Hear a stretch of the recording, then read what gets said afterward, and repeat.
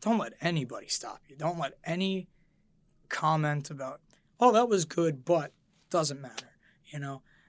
Just do what you love and let that carry through. Let that be the most important part of your journey as a musician, is mean it 100% of the time, and people will see that. And that is what they latch onto at the end of the day.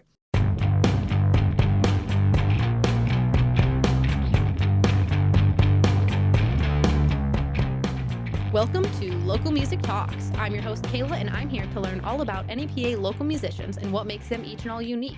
Today I have with me Kelly King of Drowning Kelly. Drowning Kelly is a new Halloween-themed band in the Scranton area that focuses their music on mental health, identity, and finding a place fit in a world set against you. How are you today, Kelly? I'm doing great, thanks. Good. I'm so happy to have you here. Thanks for coming up all the way up to Factoryville. Thank you for having me. This is a really exciting opportunity, and I'm looking forward to telling you about myself. Good, and I'm happy and excited to hear. So let's start off with, why are you here today? How did you begin playing music? Well, I grew up consistently around music. I was in a very musically inclined family. When my mom and dad got together, they started a band really early in my childhood. My mom was a bass player, and my dad played like everything under the sun. Mm-hmm. He knows how to do like jazz trumpets and stuff. Oh, wow. A little bit of percussion, but primarily he does guitar and vocals, and he loves all the classic rock stuff like Poison, Bon Jovi, Journey, stuff like that. Okay. So he's a little all over the place, but Mm-hmm. I just had this magnetic connection with it because I wanted to be like my parents, Mm-hmm. especially because like growing up and seeing my dad go on these stages and rock out and everything, it was such a fun atmosphere. So initially that's what drew me to it. And I took one of his old guitars that he was no longer using. I started learning a couple chords on that, and I was awful at it. And I was singing all these songs off key, Mm-hmm. but feeling like it was the greatest thing of all time, And that's kind of where I started off with it. So what made you want to continue and move into the music industry? It's not so much what made me want to, it was more so a need of mine. Like, I never thought of it as like industry, it was more so like, I don't know. I grew up very like sick and everything, so Mhm. I didn't get a lot of the opportunities to have a regular like day job and everything. But this is something that you could put your passion into? Right, like, I might not have been able to go out and hang out with my friends all the time, but I could sit home and I could strum on my guitar, play my drums, Yeah. or just listen to music that really made me feel something. And so I never viewed it as an industry or like a Mhm. job. It was just one of those things that I was always it was just normal to me. Yeah. You felt like you had to. You're drawn to it. Exactly. It was so natural. I never thought of it as anything other than like a part of me. And like, Yeah. it's just subconscious to me. But what really drew me into specifically what I'm doing now, I remember the exact moment. I was 13 years old, and I just watched Resident Evil with my dad. Okay. And it was like the first, quote unquote horror movie I Mhm. watched. But I remember the next morning, I was like, there's this really cool song in the opening. I was like, what is that? And I started looking through the soundtrack and I tried to find it. I finally found it on YouTube, and I was on my porch swing waiting for my bus. Mm-hmm. And it turned out it was just like this keyboard intro done by Marilyn Manson. Okay. But that led me down the rabbit hole through like the recommended videos on Mhm. YouTube. I found Disturbed, Slipknot, a couple of the other bands that were on that soundtrack, and I was like, holy shit, like I love this stuff. It just instantly hit me. And that same day, I was just listening to this huge playlist of all this hard rock alternative stuff. And I went home and I learned the first heavy rock song I ever learned on a guitar was The Animal by Disturbed. Okay. I absolutely loved that song. And that was like, there's something so tribal about how they write their music. They have a lot of like tom work and everything, and they're just so into what they're doing. And like, that is by far not the heaviest thing I listen Oh, to yeah, now, but yeah. like that was my gateway drug into heavy metal, so Yeah. to speak. And it's like, I just found that thing out so magnetized to it, and the rest is kind of history. I saw everything these guys were doing, and I was like, fuck, I want to do that. So up until then, were you learning songs on guitar or just like doing chords? Like, is this what It was kind of just chords. I mean, I didn't even know what they were called, but they were from songs. Like the first song I think I ever learned was Through Glass by Stone Sour. Okay. And that's just because I heard that on the radio, and like it was also in line with all that other stuff. Like the seeds were always there for me to be like a rock and roll guy, but like, you know, but yeah, I knew like bits and pieces of things, and I tried to make like 4 chords fit every song. Yeah.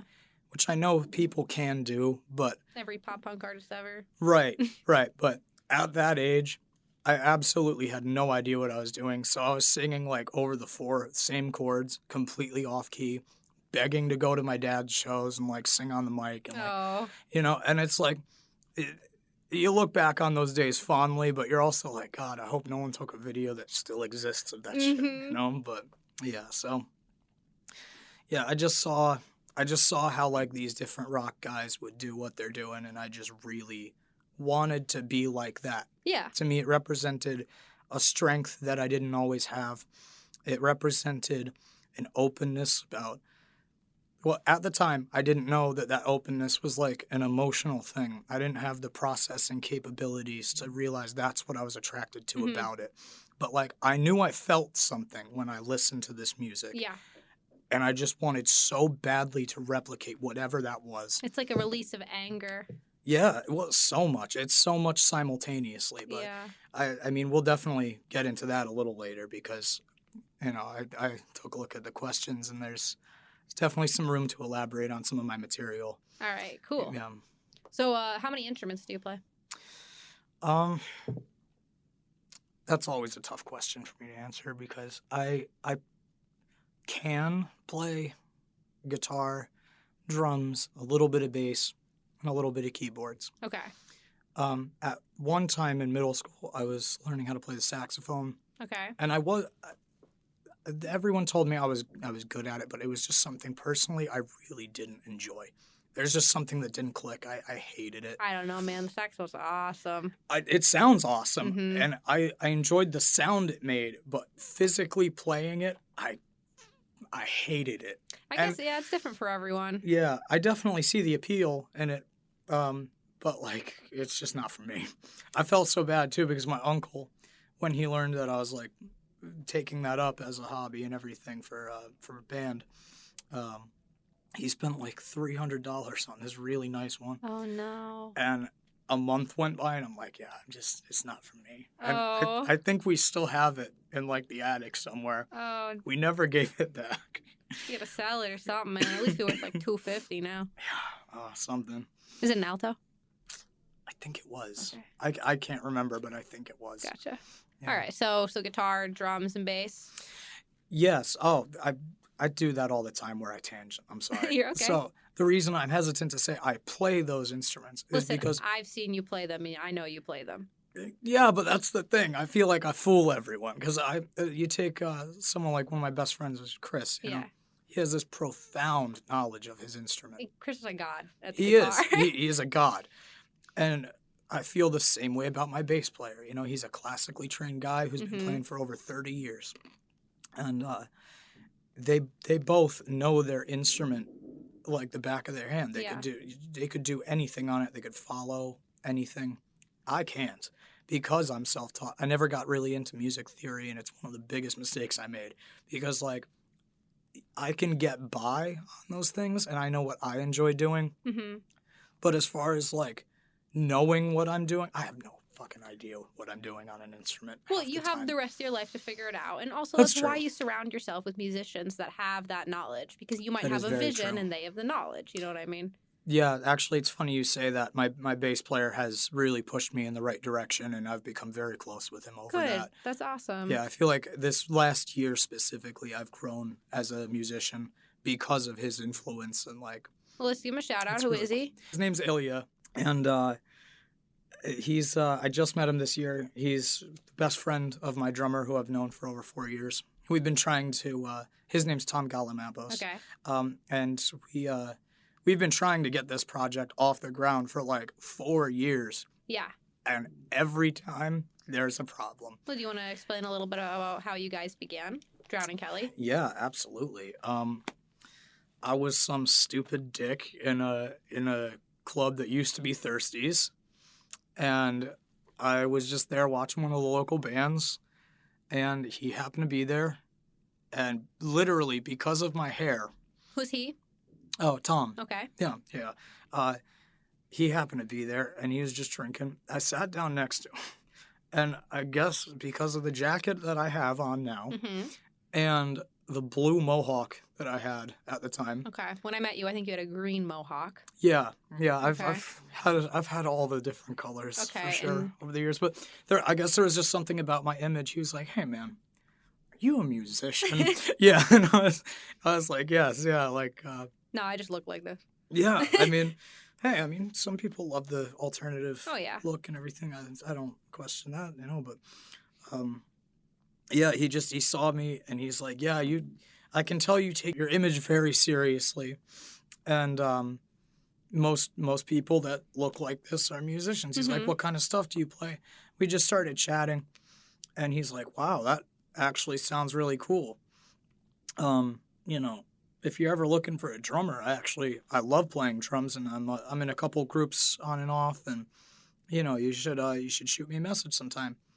So we got together and we jammed out, and at the time, there was supposed to be a bass player and a guitarist Okay. because all I was interested in. This goes back into like where it is the beginnings of all of this stuff. All I was interested in was this is like a couple years after I had discovered Slipknot, and they very quickly became my favorite band. Mm-hmm. And like I discovered them when I was like 14 or 15. I think I was 15. And my best friend at the time had showed me a music video that came out, and I just thought it was the most incredible thing I've ever seen. It was dark, super heavy, but there was melodic parts in it. Mm-hmm. It just had everything I want. But then like their image hit me, and I was like, holy shit, like this is the coolest thing I've ever seen. Mhm. So naturally, like any dumb 16-year-old who wants to start a rock band, I tried ripping it off, and Yeah. like very unsuccessfully. And again, that goes back to like the whole thing with Disturbed and early influences. I knew there was something there that really had an emotional impact on me that was so powerful, Mm-hmm. but I didn't know how to decipher it. I didn't know what it really was. So, like I was saying, naturally, what I did was I took the aesthetics of it and I was like, I want to be this. I want to do Yeah. everything that these guys are doing. But there was no authenticity behind it, so it never took off. Okay. All my lyrics were so derivative, and like all the guitar riffs were like, you'd play it and be like, oh, this is so good, and then you'd realize it's one of their songs. You're Yeah. like, God damn it, I was so close. But and I was just trying to form that band with like literally anyone that knew anything about an instrument. Mm-hmm. So it was a mess. But in doing that, I tried writing all these songs. I tried getting really into like what the lyrics were about. And that's where I developed the understanding of why I love that music. And it's because it's about no matter what gender you are, what skin color you have, literally no matter what background of life you come from, it's about this all-encompassing openness about everything. Yeah. And there's something it's funny whenever I hear people say about like how angry that music gets. Like, sure, there's definitely a demographic for that, but to me, it's always seemed so much more zen and peaceful. Okay. It's about finding balance, like in a world that is just confusing. There's so many times in life where everybody has confusing moments in their life, and I can't speak for everybody, but like personally, when I listen to that music, it's like a calm place for me. Okay. It's where things make sense. Yeah. Especially when you don't have the words to describe something that feels like this overbearing weight on you. There's just this primal thing that comes out with that kind of music. And that's where you get things like screaming or really cryptic lyrics. Yeah. And it's like, it's magic. It is literally the closest thing we have to magic. And since I realized all that stuff, and that's what it meant to me, Mhm. since I realized that, oh my God, that's why I love this stuff. Mhm. that feeling has not gone away. Okay. Every single new band I listen to, every single piece of music that I go back and listen to, I just have that same appreciation for it because it it gives me that safe place that Yeah. I wish I had when I was a lot younger. Okay.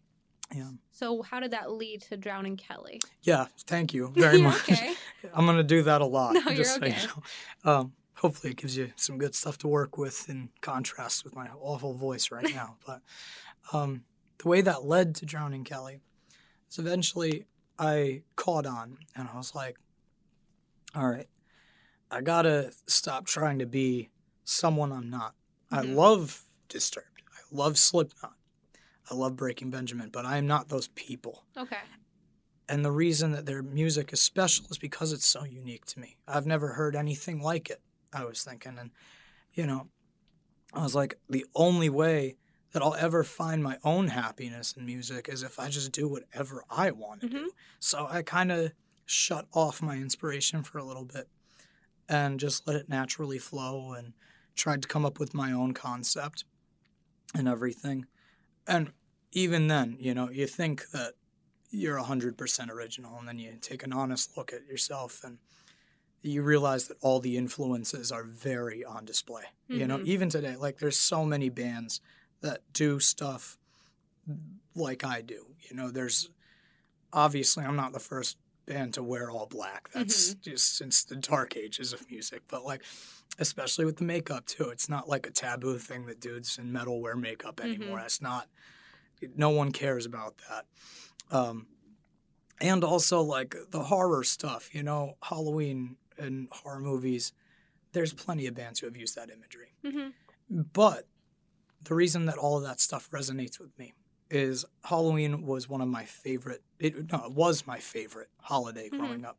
Because it was the one day, like I said, I grew up very sick and everything. It was the one day of the year where it's like none of that shit mattered. I could be whoever I wanted.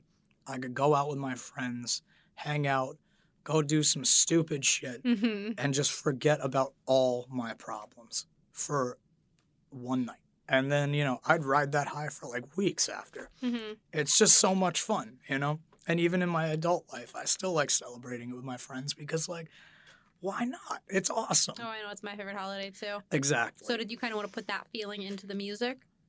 Initially, yes. I Okay. wanted to bring a theatrical element from it because, again, realizing why my inspirations were special to me. Slipknot has such a theatrical thing. When they go on stage, it's just it is an atmosphere that they create. And I really want to do that. Not quite there yet, and I'm really trying to figure out how to bring that feeling still. I don't think I'll ever figure it out because it's something that grows and evolves with each new inspiration or each new thing you want to do. But that's half the fun of it. Yeah. Almost like making a Halloween costume. Like Yeah. you want to figure out what you want to do with your music that year. What's the show going to be? So it's cool how the thing grows and evolves and changes with you like that. But the thing is, aside from the show, and this is where it gets a little darker for me and everything, is aside from putting on an entertainment show and making people forget about the world for a while, if something is that powerful that you can just let go of your problems for a while, then equally it might be as powerful to address those same problems and kind of come away with a sense of lightheartedness and carefreeness. I mean, some of the things you hear people going through today, they're unbearable. And like, if you have a heart, it makes you very sad and very angry because there's only so much you can do. Really, at the end of the day, you think about all the people you help in your friend group with, maybe some gas money or something. Or, their girlfriend broke up with them and you want to give them an ear to listen to. Literally anything, being there for your family. You want to make an impact on people. Exactly, but you look at that number of people, how many people have you actually impacted? And it's still so small. And I mean, it means the world to them, but it's like you think about the world in a mass, and it's like there's so many people that will never have that support system. And that's kind of one of the things that really bugs me is my first friend I ever made growing up. Her name was Annabelle, and she was a diabetic like me. But her levels and her ability to take care of herself, I won't get into it too much because obviously it's a very sensitive topic, but it was severely hindered by her environment and her circumstances. And she was very heavily picked on. And she wound up taking her own life a while back. I think it was 2016 I found out. I'm so sorry. Well, I'm more sorry for her. And she felt that that was the thing she needed to do. But I really didn't know what to do with that information. You know, I wish I could have been there to say something. And I think when I found that out, that was another thing that helped me kind of realize how special music can be. Because it's like, you know, you talk about all the people you know. How many people do you truly have an impact on? If you write something that is truly special, and those lyrics reach even 3 people in your crowd, that matters. Like, that really matters. Those are 3 strangers who now feel an impact from something that you put out into the world. And I think that's the closest thing, personally, that I can ever feel to a catharsis to all the irritating problems I see around me, all of the misunderstandings and just all of the hardship that you see every day and can do nothing about. Do you feel like your music, either live or recorded, has had an impact on anyone? Oh, absolutely. Has someone said something to you about it? Yeah. It's actually funny. This is like a 2-parted question because you have a question on there that's about whether I've ever put hidden meanings in my music, which the answer is always. I love that because it's like going back on what we were saying, like you take very serious, heavy problems, but address them in maybe a more lighthearted way. If you're looking at pumpkins and skeletons on stage, it's a little hard to take all that depressing shit so seriously. Yeah. It's almost like it forces you to smile, you know? And it's like, as long as you keep the environment lighthearted, you can talk about anything, almost. But that being said, there's always some sort of meaning to my music.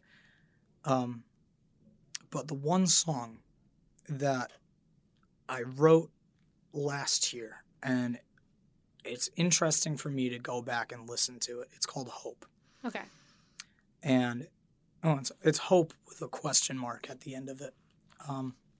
I was not in a good place mentally when I wrote that. I'm doing much better now, but it was kind of about how, you know, people will believe what they believe in, and I'm no one to step on anybody's beliefs. I'm very into the idea that you choose your own path, and whatever that path is, it's what's meant for you. Personally, I never connected with the idea that there's this man in the sky who's watching over all of us and has a plan, and everything's going to be okay, because like time and time again in life, that just is not the case. And I mean, who wouldn't want to believe that? That's a beautiful idea. But there's a lot of times in life, like where I was last year, where that ideal hurts a lot more than it helps. Yeah. And I wrote this song, Hope. And the song is about kind of closing that door on faith. It's about looking at God like an absent parent. And you're calling out, just begging to be heard. And you know you're being heard, but you still feel nothing. And eventually, halfway through that song, it turns very bitter. And it starts talking about how you can close that door. All you need is what's already within. You know, you can find faith and strength from within.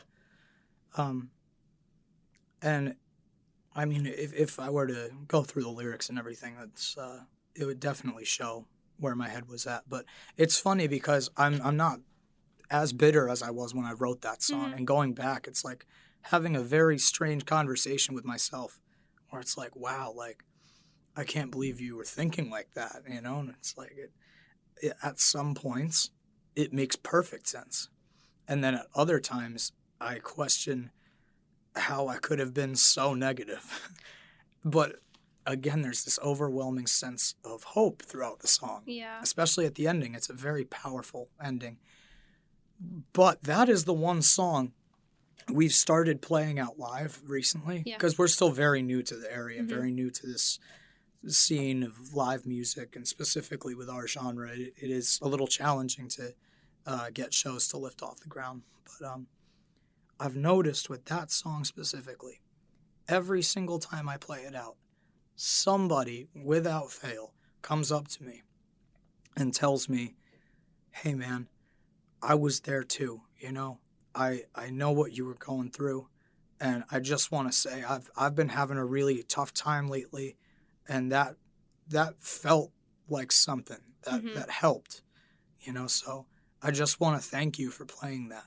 That's awesome to hear people say that. It is because every single time they say that, it really hits me in a strange place. Mhm. I'm like, you know, it's just a song I wrote. Like, you know, it can't be that special. Like, of course, I never say that to them. Yeah. The only thing that's helped me realize is maybe at the end of the day, that's like me not valuing what this type of work can really accomplish, Yeah.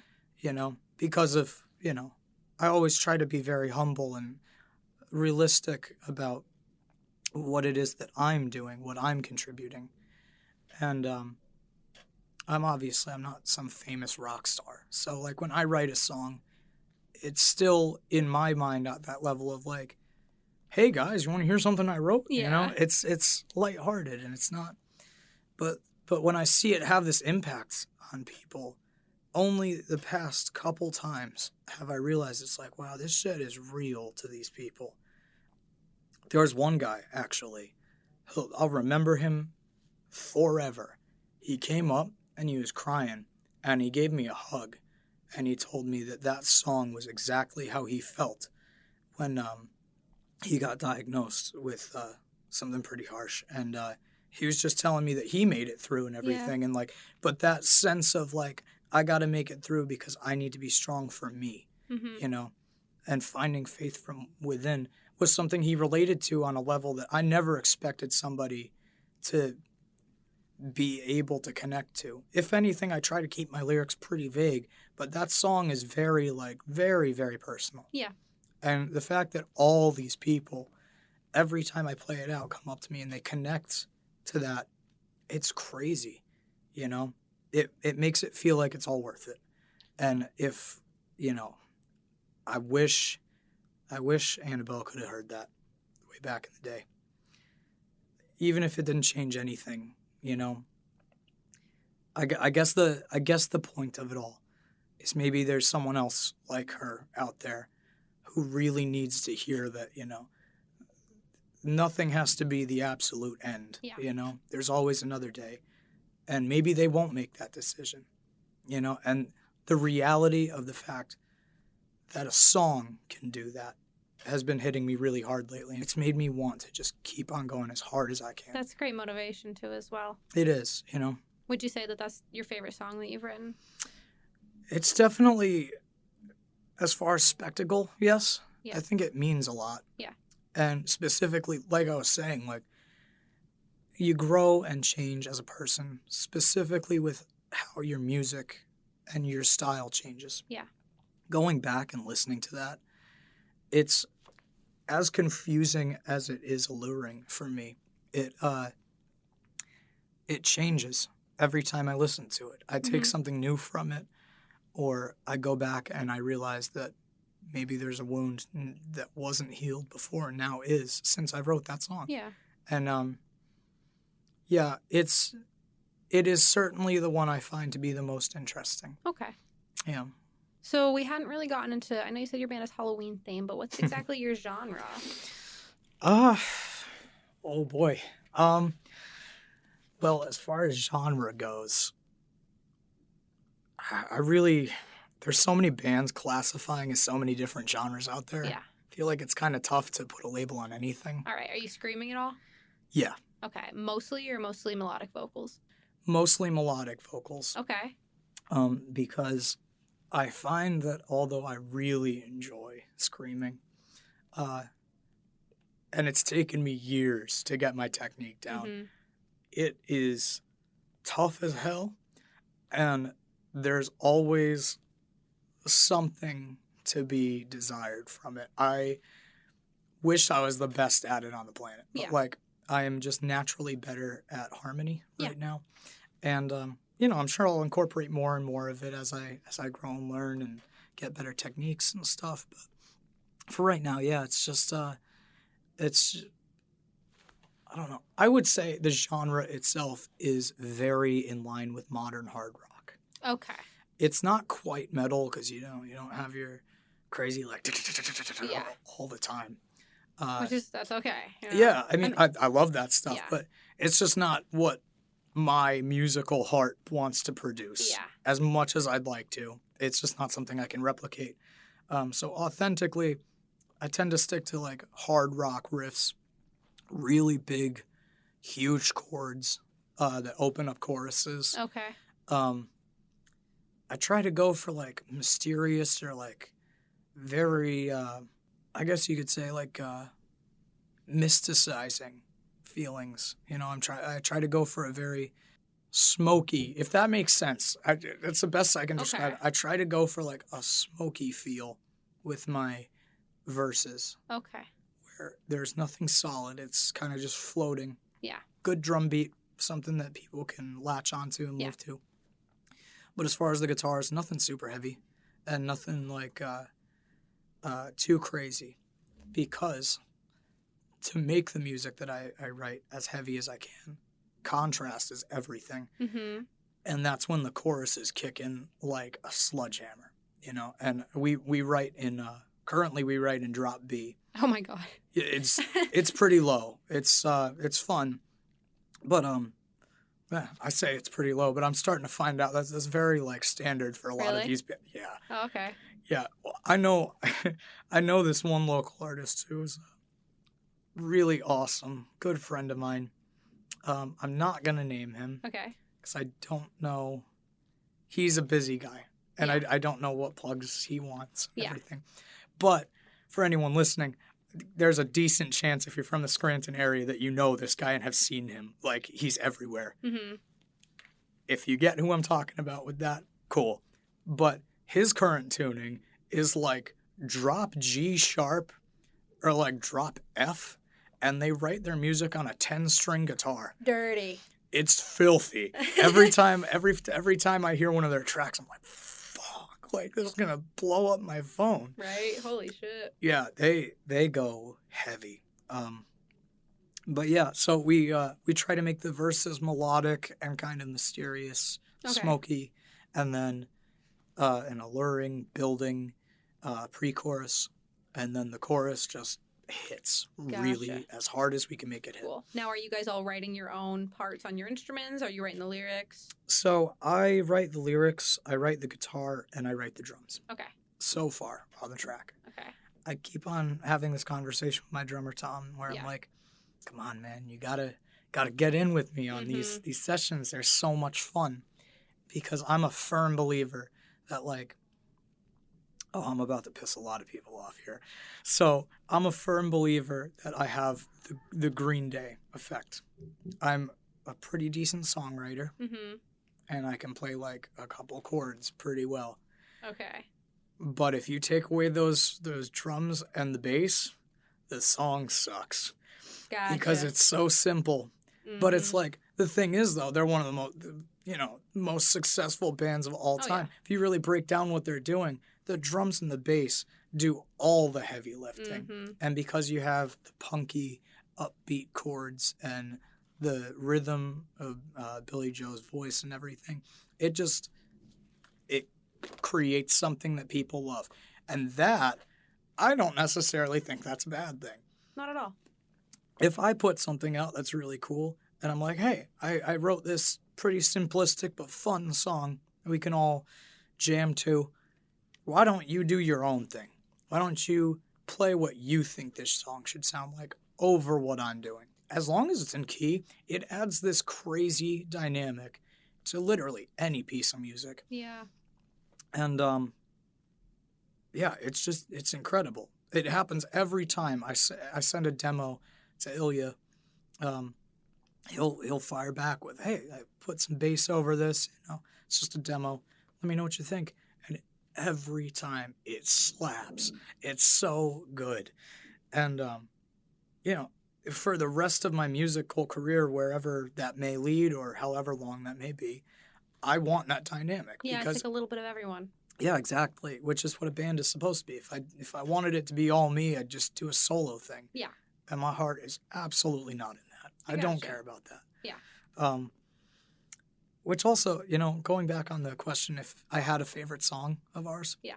It's kind of every single new song that we work on. Someone else just said that too. Yeah. Well, I totally get it though, because it's like if your new song that you're putting all these hours into, spending hundreds of dollars, thousands sometimes on in a studio setting, is not your favorite thing, then what's the point? Right? Exactly. Like, why even record it? So, like, yeah, there's some songs that I was enamored with and then went back on. And I'm like, it's okay. Yeah. But for the most part, any new thing I'm working on, that is my favorite song. Gotcha. Yeah.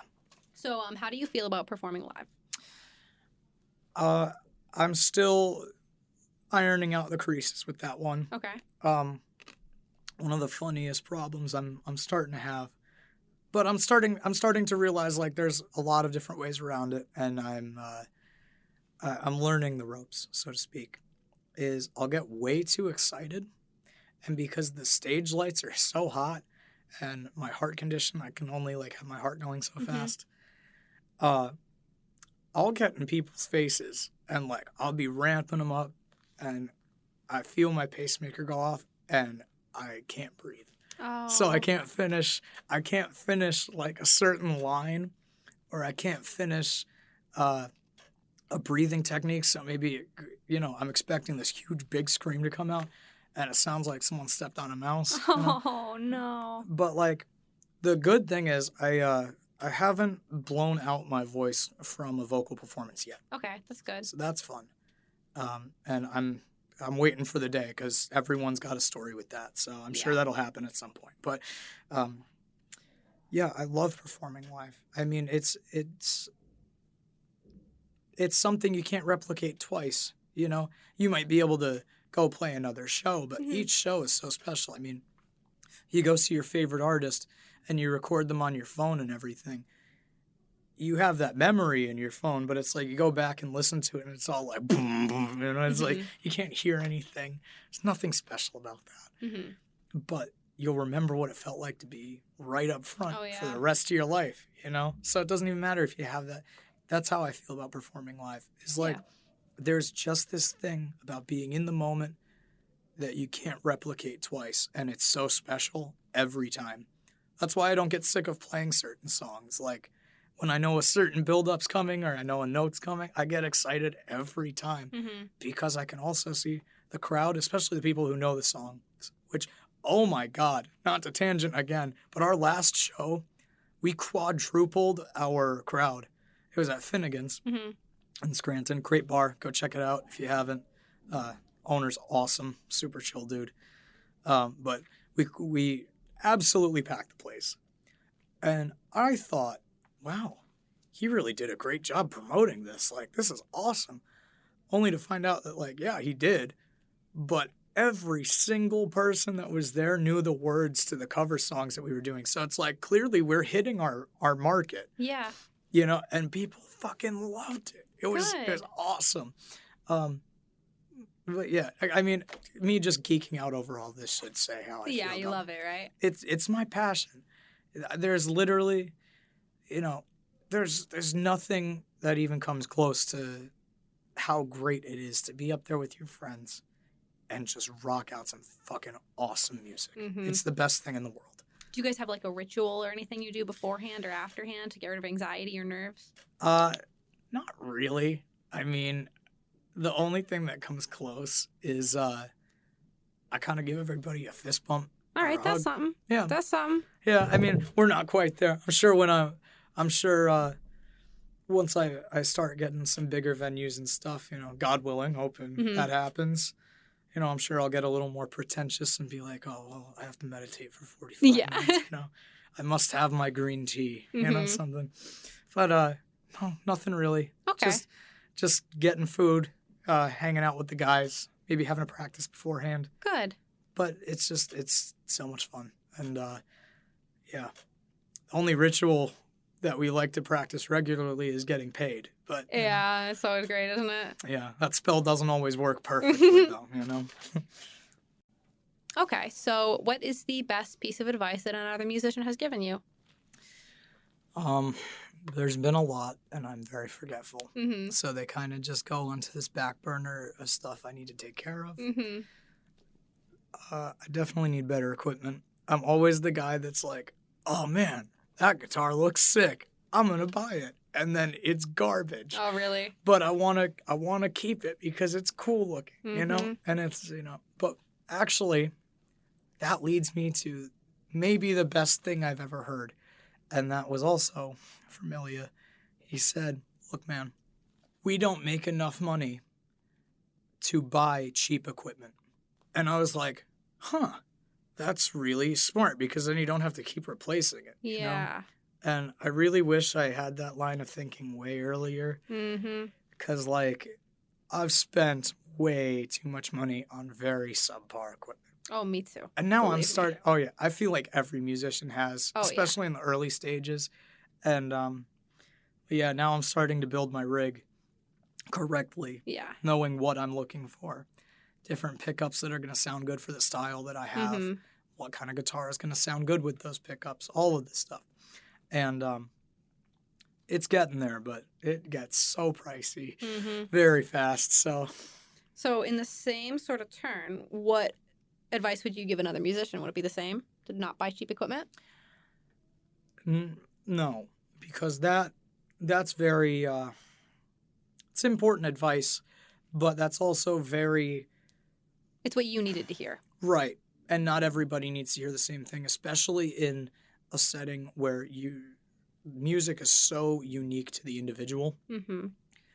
The best piece of advice, I don't even feel like I'm a source to be giving advice. I'm still so new to this. But if I had to give someone advice, said if you're serious about this, don't let anybody stop you. Don't let any comment about, oh, that was good, but doesn't matter. You know, just do what you love and let that carry through. Let that be the most important part of your journey as a musician, is mean it 100% of the time, and people will see that. And that is what they latch onto at the end of the day. I've screwed up 10 million songs playing live, and people still come up and they're like, that was so cool. You know, I've been dying to hear someone play that song. And I'm in the back of my mind thinking, like, that was awful. Like, what are you appreciating about that, you know? But then it's like, what they love about it is the fact that the environment was fun. Mm-hmm. You know, I was having fun up on stage, and I loved what I was doing the entire time. And that's what they latched onto because they love it too. Yeah, it's the personality a lot of the time too. Yeah, you have to let your personality come through on the music. It's the most important thing. So a little bit of a big question here. Would you want to be famous? With scale, yes. Okay. I mean, just because I would love the idea of my music reaching a large amount of people. Okay.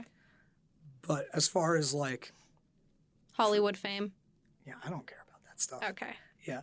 But like as far as like having some extra money to be able to not worry about literally anything, if you don't want that, you're lying. I like, know. Everybody says they don't want it, but I come know. on. It's about the music, not the money. No, the money's great. The money's great. And like, you know, specifically in my shoes, like I have a lot of stuff that I got to pay for. Yeah. You know, I got a lot of stuff going on, and so does everybody else. Uh-huh. Go up on stage with a guitar, play a show for 4 hours or whatever. Have that club owner hand you whatever amount of money they hand you, and tell me you don't want to do that shit again. Yep. Or 10 more times, you know? Yeah. It's of course I want to be successful in that way. But fame with the achievement of reaching people, have my music matter to someone, Mm-hmm. and like just saying that I did something that mattered. That's all I care about. Yeah. So fame to that extent, yes, but anything else, no. Okay. Yeah. So now, who exactly are you outside of music? Is there any other hobbies that you have or anything you focus on passionately? I'm an avid geek. I love Star Wars, Okay. and I have a group of friends, and we hang out all the time. My girlfriend is always with me and everything, so she comes with us, and like we watch all the streaming shows for like Star Wars and stuff. Okay. They're really into Magic the Gathering, and I really want to be into Magic the Gathering, but I don't feel like I've got enough going on upstairs to really understand that game. Mm-hmm. Have you ever sat in with one of those games? Yeah, we have up here at the station a couple times. People be playing It's it. fucking insane. Yeah, There's so you've gotta much make going on. so much stuff up. There's so much going on at once. It's insane. But yeah, I love hanging out with people. Okay. I love just. I'm way too busy to ever really have free time with this stuff between doctor's visits, figuring out gigs, taking care of all the other stuff on the side. There's a lot that goes into all of it, but you always got to make some time for your friends. That's absolutely. also de-stressing from everything is also just as important as having fun with music and Gotcha. all that stuff to me. So yeah, we do stupid shit. Drunken lightsaber fights at 2 a.m. Oh my God. I love that stuff. Yeah, that just sounds fun, man. Yeah, it's awesome. Is there anything else that you want your audience to know about you or your band? Yes, we play a decent amount in the Scranton area, and those shows are probably only going to get more and more traction. Okay. So definitely keep your eyes out, guys. We'll be around, and we look forward to seeing you. And also, we're wrapping up production on our first full album, and it's going very well. There's some really cool stuff on it that I'm excited for everybody to hear. Mm-hmm. And hopefully, I'll be able to share all of that stuff with you guys when I come back here. If you'd like to hear Absolutely. the album, yeah, that would be really fun. All right, awesome. So thank you for coming up today to talk with us. Thank you for having me. I really appreciate it. So you can find all of Drowning Kelly's socials linked below, so you can look out for when they're doing new shows, and they are currently working on an album that should be produced within the next year that you can find on YouTube and Spotify, so just look out for all of that. Thanks for listening, and tune in next time to learn about your favorite local musicians. Peace.